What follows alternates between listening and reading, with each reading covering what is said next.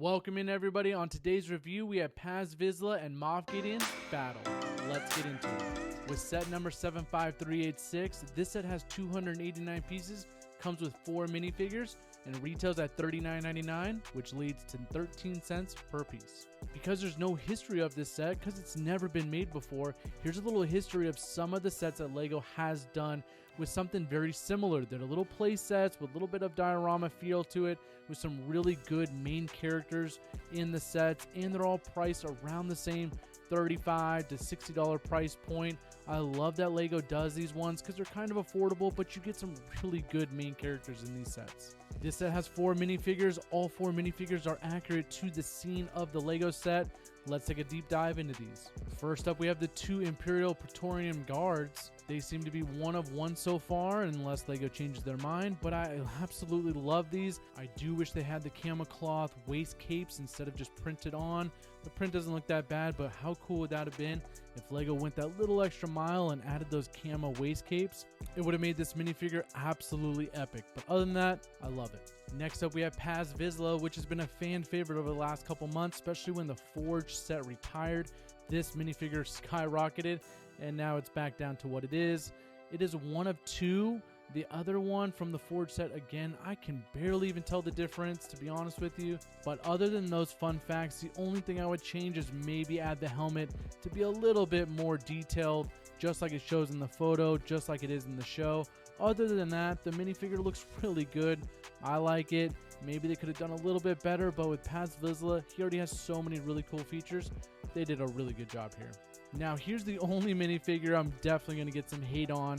I do love this minifigure, do not get me wrong. This is Moff Gideon. It's a one of one. Love him, love his character. The one thing I would change about this is I wish it was a little bit more epic. And what I mean by that is I wish he had a cape. I wish he had the cam on the side.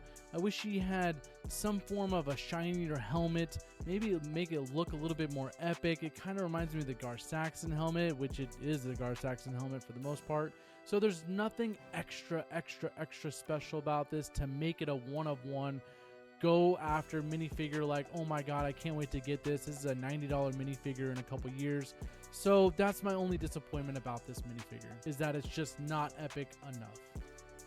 Other than that, with his jetpack on the back and his features with his torso and his legs and his facial features, it looks really good. I like how they added the hairpiece in there, which LEGO doesn't do very often, but with Sabrine Wren, it's the only really other Star Wars minifigure they do that with. Again, I know I nitpick, but a shiny helmet would have been pretty cool.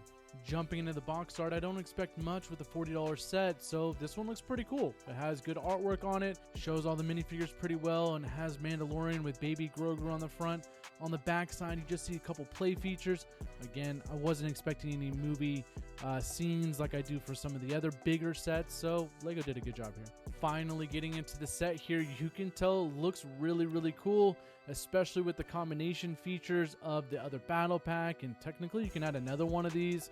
So I do like it. I think it looks really good. It only has 289 pieces though, so it's not the biggest set in the whole world, and you're going to be a little disappointed by after how fast you build it. I mean, it only takes like maybe an hour or so to build this thing, but from outsider looking in, it looks like a really cool set. Because this is a play set, let's talk about some of the play features. In this set, the main feature is obviously the door. And it is kind of cool because you just pop it up and it automatically stays up. And then when you flip it around to the back side, there is just a quick little Lego piece. You kind of turn a little bit and then the door slams shut. I do love that.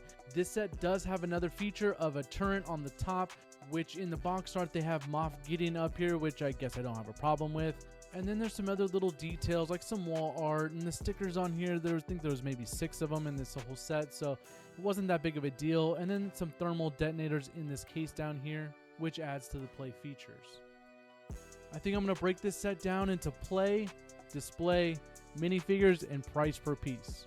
The first category I'm going to grade this on is play, and I think this is a 10 out of 10. For $40, you get kind of what you need. You get 4 minifigures, you get a door, you get the turret, you get a couple little guns, you get definitely some things that you can play with. And the fact that you can add to this set with another battle pack or technically a second one of these makes this a 10 out of 10.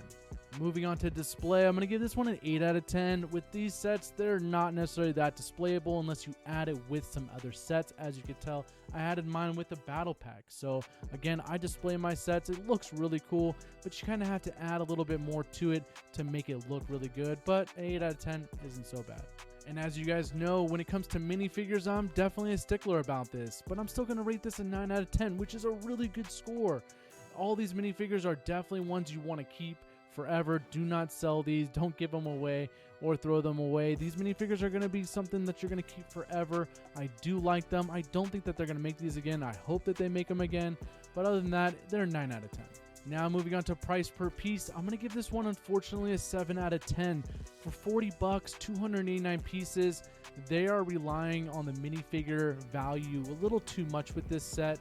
It is a play set. For 40 bucks, you're supposed to kind of buy this for a kid, I guess you could say. It's 7 and older. So I just don't really think that for $40, this is what you're going to get. This is going to definitely go on sale 100% to $34.99, which is kind of where it should be. I mean, you do get 4 minifigures with it, but for 40 bucks at 289 pieces, it just doesn't really hit. That leaves us with an overall score of 8 out of 10. And the reason why it's an 8 out of 10 is just because you have to add other sets to make this a really, really cool set. But I do love the minifigures. The display on it's pretty cool. The play features are really cool. So 8 out of 10 is not bad, Lego. So they did a really good job here. I definitely think you should go out and get it if you're a Star Wars Lego fan, no matter what. If you guys like my review, don't forget to like, subscribe, and comment. I'll see you guys on the next one.